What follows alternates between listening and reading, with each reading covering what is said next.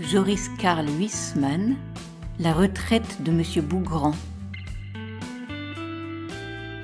Dans le chapitre 1, on apprend que Monsieur Bougrand travaille dans l'administration. Il en apprécie la rigueur, les subtilités et les détails de la phraséologie, mais à l'âge de 50 ans, il se voit mis à la retraite. Être déclaré guetteux, c'est un peu fort. Son directeur a décidé qu'il souffrait d'invalidité morale, prétexte bien pratique pour évincer quelqu'un. Lui, qui s'était dévoué jusqu'à sacrifier ses dimanches, ses jours de fête, pour que le travail dont il était chargé ne se ralentît point. Et voilà la reconnaissance qu'on avait de son zèle. Il se retrouve donc sans travail, à tenter de remplir ses journées. Chapitre 2. Les premiers jours furent lamentables. Réveillé à la même heure que jadis, il se disait « à quoi bon se lever ?» traînait, contrairement à ses habitudes, dans son lit, prenait froid, bâillait, finissait par s'habiller. Mais à quoi s'occuper, Seigneur ? Après de mûres délibérations, il se décidait à aller se promener, à errer dans le jardin du Luxembourg, qui n'était pas éloigné de la rue de Vaugirard où il habitait. Mais ces pelouses soigneusement peignées, sans taches de terre ni d'eau, comme repeintes et vernies, chaque matin dès l'aube.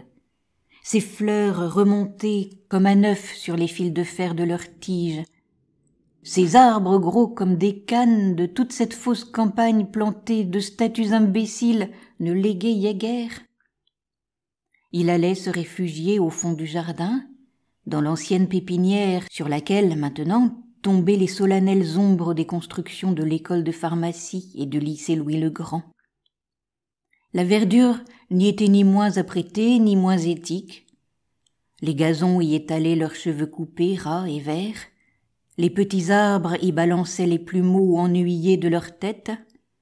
Mais la torture infligée dans certaines plates-bandes aux arbres fruitiers l'arrêtait. Ces arbres n'avaient plus forme d'arbres. On les écartelait le long de tringles, on les faisait ramper le long de fils de fer sur le sol, on leur déviait les membres dès leur naissance, et l'on obtenait ainsi des végétations acrobates et des troncs désarticulés comme en caoutchouc. Ils couraient, serpentaient ainsi que des couleuvres, s'évasaient en forme de corbeilles, simulaient des ruches d'abeilles, des pyramides, des éventails, des vases à fleurs, des toupées de clowns. C'était une vraie cave des tortures végétales que ce jardin, où à l'aide de chevalets, de brodequins, d'osiers et de fontes, d'appareils en paille, de corsets orthopédiques, les jardiniers hernières tentaient non de redresser des tailles déviées comme chez les bandagistes de la race humaine, mais au contraire de les contourner, et de les disloquer, et de les tordre, suivant un probable idéal japonais de monstre. Mais quand il avait bien admiré cette façon d'assassiner les arbres, sous le prétexte de leur extirper de meilleurs fruits, il traînait, désœuvré, sans même s'être aperçu que cette chirurgie potagère présentait le plus parfait symbole avec l'administration telle qu'il l'avait pratiquée durant des ans. Dans les bureaux, comme dans le jardin du Luxembourg, l'on s'ingéniait à démantibuler des choses simples. L'on prenait un texte de droit administratif dont le sens était limpide, net, et aussitôt, à l'aide de circulaires troubles, à l'aide de précédents sans analogie et de jurisprudence remontant au temps des Messidor et des Ventoses, l'on faisait de ce texte un embrouillamini, une littérature de magot aux phrases grimaçantes, rendant les arrêts les plus opposés à ceux que l'on pouvait prévoir.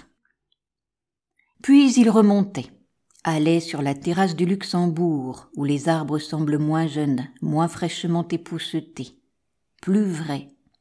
Et il passait entre les chaises, regardant les gamins faire des pâtés avec du sable et de petits seaux, tandis que leurs mères causaient coude à coude, échangeant d'actives réflexions sur la façon d'apprêter le veau et d'accommoder, pour le déjeuner du matin, les restes. Et il rentrait, harassé, chez lui, remontait, bâillait, se faisait rabrouer par sa servante Eulalie qui se plaignait qu'il devint bassin, qu'il se crut le droit de venir trôler dans la cuisine. Bientôt l'insomnie s'en mêla, arraché à ses habitudes, transporté dans une atmosphère d'oisiveté lourde, le corps fonctionnait mal, l'appétit était perdu, les nuits jadis si bonnes sous les couvertures s'agitèrent et s'assombrirent, alors que dans le silence noir tombaient au loin les heures. Il s'avisa de lire dans la journée, quand il plut, et alors, fatigué de ses insomnies, il s'endormit, et la nuit qui suivait ses somnolences devenait plus longue, plus éveillée encore. Il dut, quand le temps se gâta, se promener quand même, pour se lasser les membres, et il échoua dans des musées, mais aucun tableau ne l'intéressait. Et il ne connaissait aucune toile, aucun maître. Ambulait lentement, les mains derrière le dos, devant les cadres, s'occupant des gardiens assoupis sur les banquettes, supputant la retraite qu'eux aussi, en leur qualité d'employés de l'État, ils auraient un jour. Il se promena, las de couleurs et de statues blanches, dans les passages de Paris. Mais il en fut rapidement chassé. On l'observait. Les mots de Mouchard, de Roussin, de vieux Poirot s'entendirent. Honteux, il fuyait sous l'averse et retournait se cantonner dans son chez-lui. Et plus poignant que jamais, le souvenir de son bureau l'obséda. Vu de loin, le ministère lui apparaissait tel qu'un lieu de délices. Il ne se rappelait plus les iniquités subies, son sous-chefat dérobé par un inconnu entré à la suite d'un ministre, l'ennui d'un travail mécanique forcé. Tout l'envers de cette existence de cul-de-jatte s'était évanoui. La vision demeurait, seule, d'une vie bien assise, douillette, tiède, égayée par des propos de collègues, par de pauvres plaisanteries, par de minables farces. Décidément, il faut aviser, se dit mélancoliquement M. Bougrand. Il songea pendant quelques heures à chercher une nouvelle place qui l'occuperait et qui lui ferait même gagner un peu d'argent. Mais même en admettant qu'on consentît à prendre dans un magasin un homme de son âge, alors il devrait trimer du matin au soir et il n'aurait que des appointements ridicules puisqu'il était incapable de rendre de sérieux services dans un métier dont il ignorait les secrets et les ressources. Et puis ce serait déchoir. Comme beaucoup d'employés du gouvernement, M. Bougrand se croyait, en effet, d'une caste supérieure et méprisait les employés des commerces et des banques. Il admettait même des hiérarchies parmi ses congénères, jugeait l'employé d'un ministère supérieur à l'employé d'une préfecture, de même que celui-ci était à ses yeux d'un rang plus élevé que le commis employé dans une mairie. Alors, que devenir? Que faire? Et cette éternelle interrogation restait sans réponse. De guerre lasse, il retourna à son bureau, sous le prétexte de revoir ses collègues. Mais il fut reçu par eux comme sont reçus les gens qui ne font plus partie d'un groupe, froidement.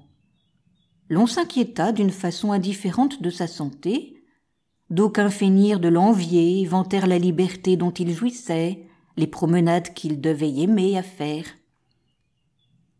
M. Bougrand souriait, le cœur gros. Un dernier coup lui fut inconsciemment porté. Il eut la faiblesse de se laisser entraîner dans son ancienne pièce. Il vit l'employé qui le remplaçait, un tout jeune homme. Une colère le prit contre ce successeur parce qu'il l'avait changé d'aspect de cette pièce qu'il aimait, déplacé le bureau, poussé les chaises dans un autre coin, mis les cartons dans d'autres cases. L'encrier était à gauche, maintenant, et le plumier à droite. Il s'en fut navré. En route, soudain, une idée germa qui grandit en lui. « Ah !» fit-il, « je suis sauvé peut-être !» Et sa joie fut telle qu'il mangea en rentrant de bon appétit ce soir-là, dormit comme une taupe, se réveilla guilleré dès l'aube. Chapitre 3. Au début du chapitre, M. Bougrand décide alors de reconstituer chez lui son bureau de fonctionnaire. Il achète de quoi reconstituer le décor de son bureau. Il achètera le dictionnaire d'administration et code dans le but d'y piocher des arrêts du Conseil d'État et y trouver ainsi des chinoiseries juridiques sur lesquelles travailler. Il s'enverra lui-même du courrier pour le consulter le lendemain. Il s'assit, radieux, et dès lors revécut les jours d'antan. Il sortait le matin comme jadis, et d'un pas actif, ainsi qu'un homme qui veut arriver à l'heure, il filait le long du boulevard Saint-Germain, s'arrêtait à moitié chemin de son ancien bureau, revenait sur ses pas, rentrait chez lui, tirant dans l'escalier sa montre pour vérifier l'heure, et il enlevait la rondelle de carton qui couvrait son encrier, retirait ses manchettes, y substituait des manchettes en gros papier bulle, le papier qui sert à couvrir les dossiers, changeait son habit propre contre la vieille redingote qu'il portait au ministère, et au travail. Il s'inventait des questions à traiter, s'adressait des pétitions, répondait, faisait ce qu'on appelle l'enregistrement, en écrivant sur un gros livre la date des arrivées et des départs. Et la séance de bureau close, il flânait comme autrefois 1 heure dans les rues avant que de rentrer pour dîner. Il eut de la chance, les premiers temps, de s'inventer une question analogue à celle qu'il aimait traiter jadis, mais plus embrouillée, plus chimérique, plus follement niaise. Il peina durement, chercha dans les arrêts du Conseil d'État et de la Cour de cassation, ces arrêts qu'on y trouve au choix pour défendre ou soutenir telle ou telle cause. Heureux de patauger dans les chinoiseries juridiques, de tenter d'assortir à sa thèse les ridicules jurisprudences qu'on manie dans tous les sens, il suait sur son papier, recommençant plusieurs fois ses minutes ou ses brouillons, les corrigeant dans la marge laissée blanche sur le papier comme le faisait son chef jadis, n'arrivant pas, malgré tout, à se satisfaire, mâchant son porte-plume, se tapant sur le front, étouffant, ouvrant la croisée pour humer l'air. Il vécut pendant 1 mois de la sorte. Puis un malaise d'âme le prit. Il travaillait jusqu'à 5 heures, mais il se sentait harassé, mécontent de lui-même, distrait de pensée, incapable de s'abstraire, de ne plus songer qu'à ses dossiers. Au fond, il sentait maintenant la comédie qu'il se jouait. Il avait bien restitué le milieu de l'ancien bureau, la pièce même. Il la laissait au besoin fermée pour qu'elle exhalât cette odeur de poussière et d'encre sèche qui émane des chambres des ministères.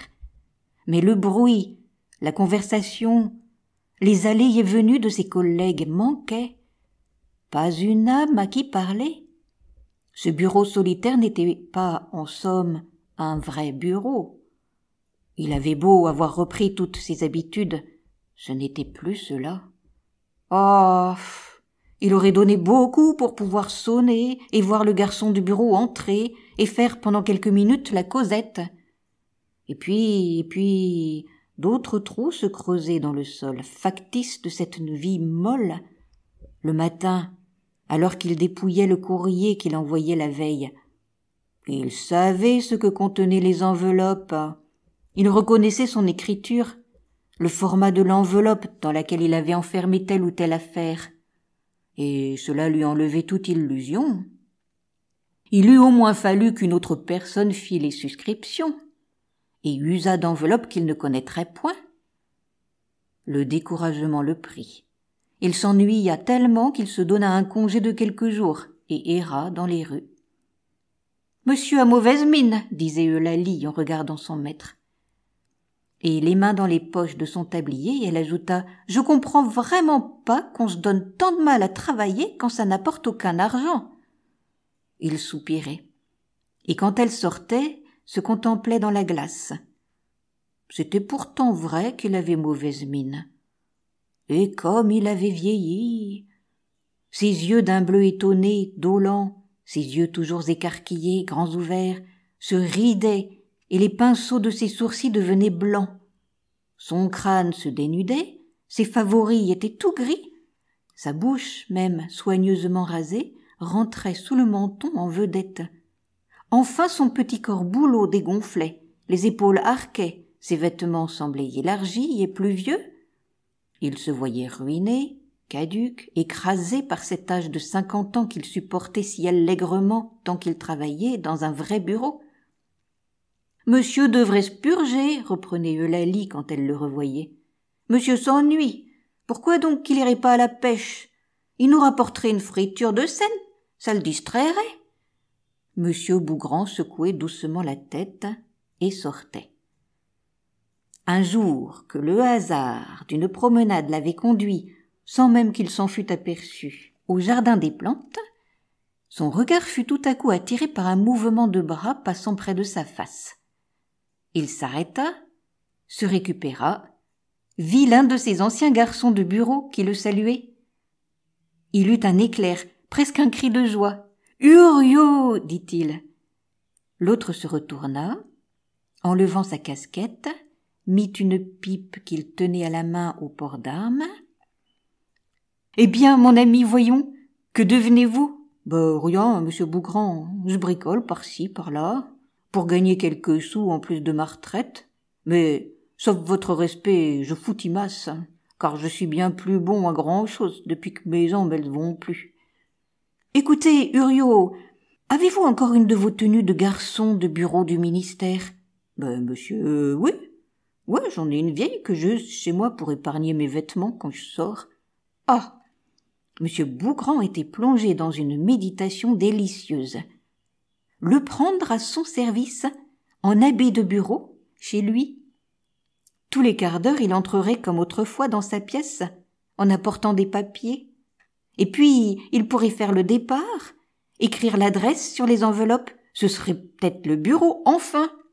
« Mon garçon, voici, écoutez-moi bien, » reprit monsieur Bougrand. « Je vous donne 50 francs par mois pour venir chez moi, absolument, vous entendez, absolument comme au bureau. Vous aurez en moins les escaliers à monter et à descendre, mais vous allez raser votre barbe et porter, comme jadis, des favoris, et remettre votre costume. Cela vous va-t-il ? » ?»« Si ça me va. » Et en hésitant, il cligna de l'œil. « Vous allez donc monter un établissement, quelque chose comme une banque, monsieur Bougrand ? » Non, c'est autre chose que je vous expliquerai quand le moment sera venu. En attendant, voici mon adresse.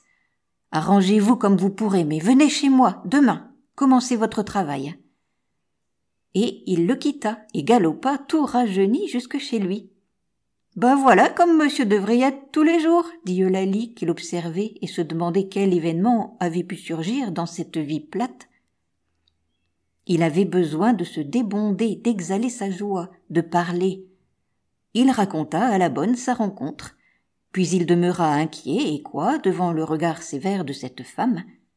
« Alors qu'il viendrait ce monsieur pour rien faire, comme ça ? Manger votre argent ?» dit-elle d'un ton sec.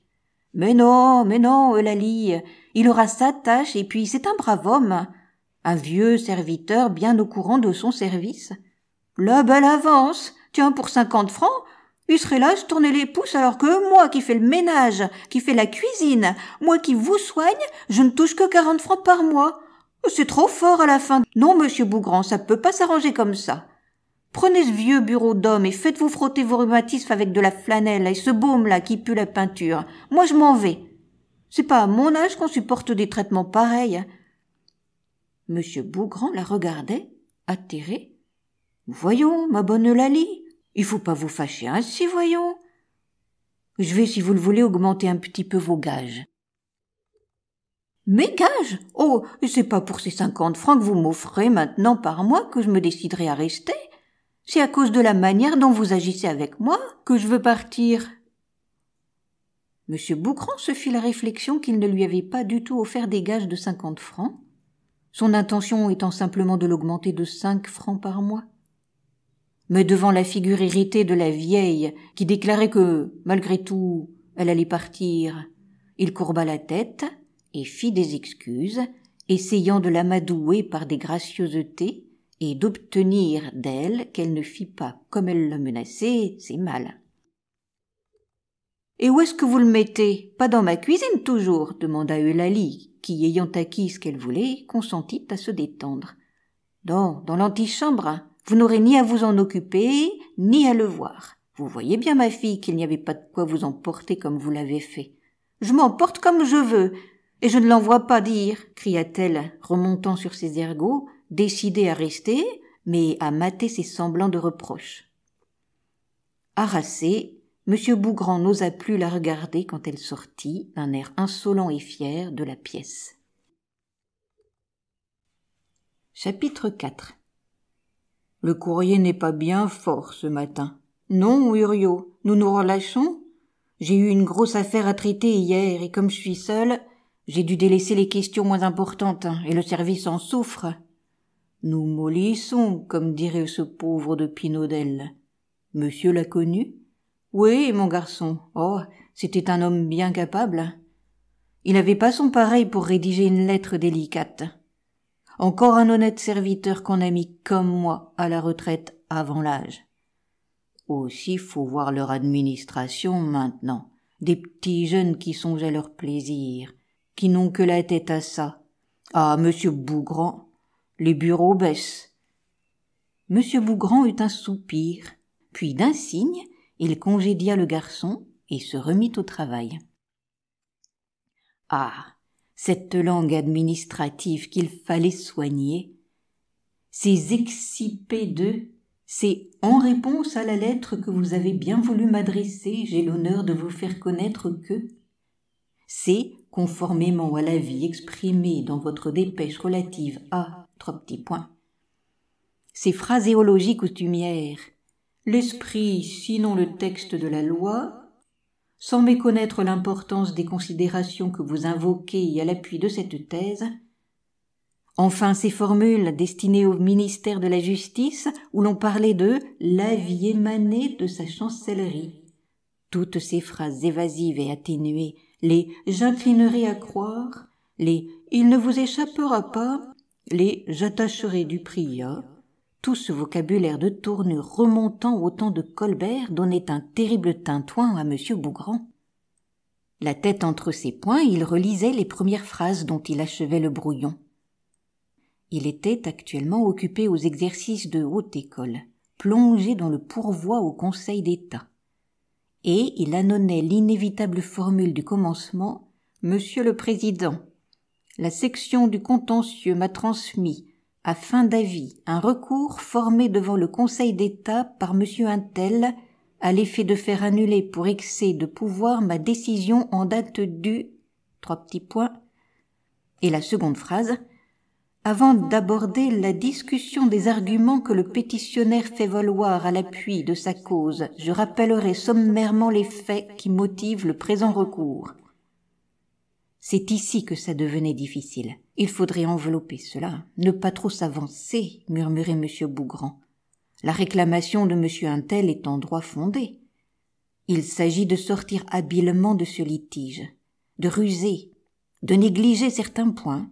En somme, j'ai au terme de la loi 40 jours pour répondre.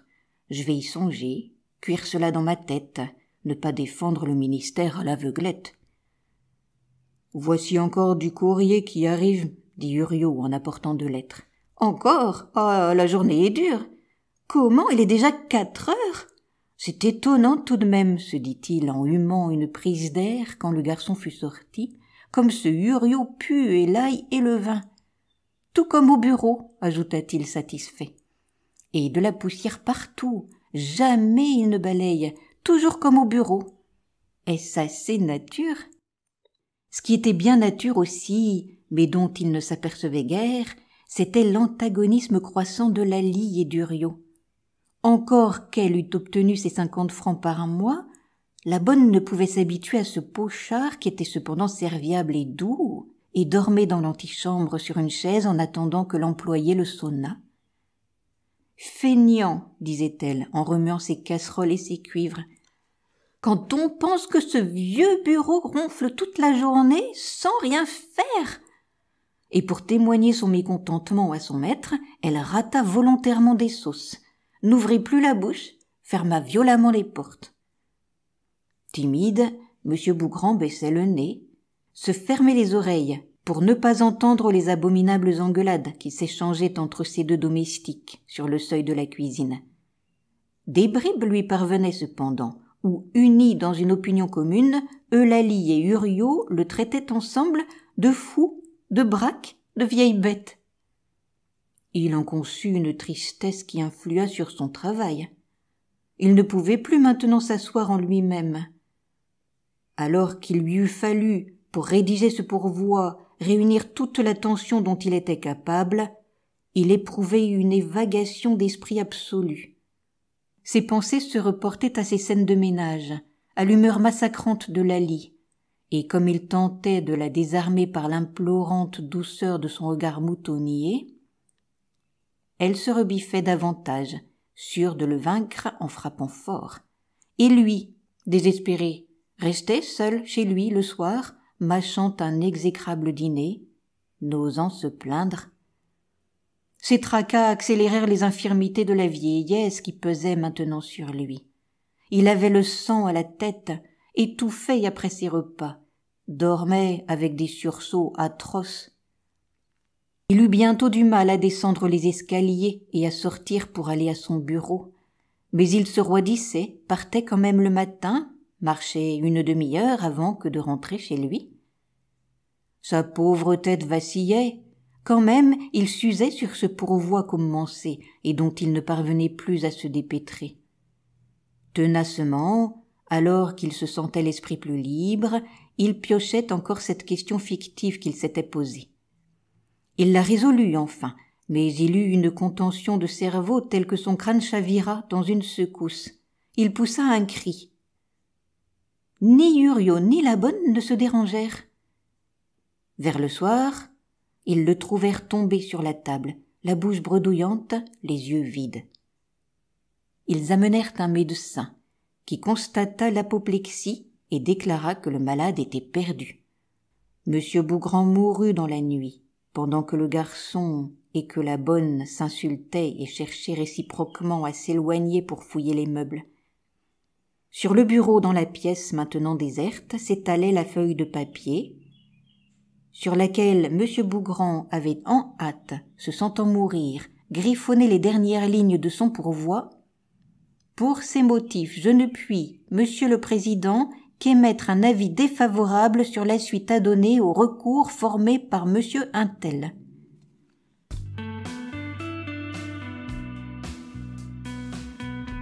À bientôt pour de nouvelles aventures. Vous pouvez retrouver des histoires et des poésies sur ma chaîne Entendre lire.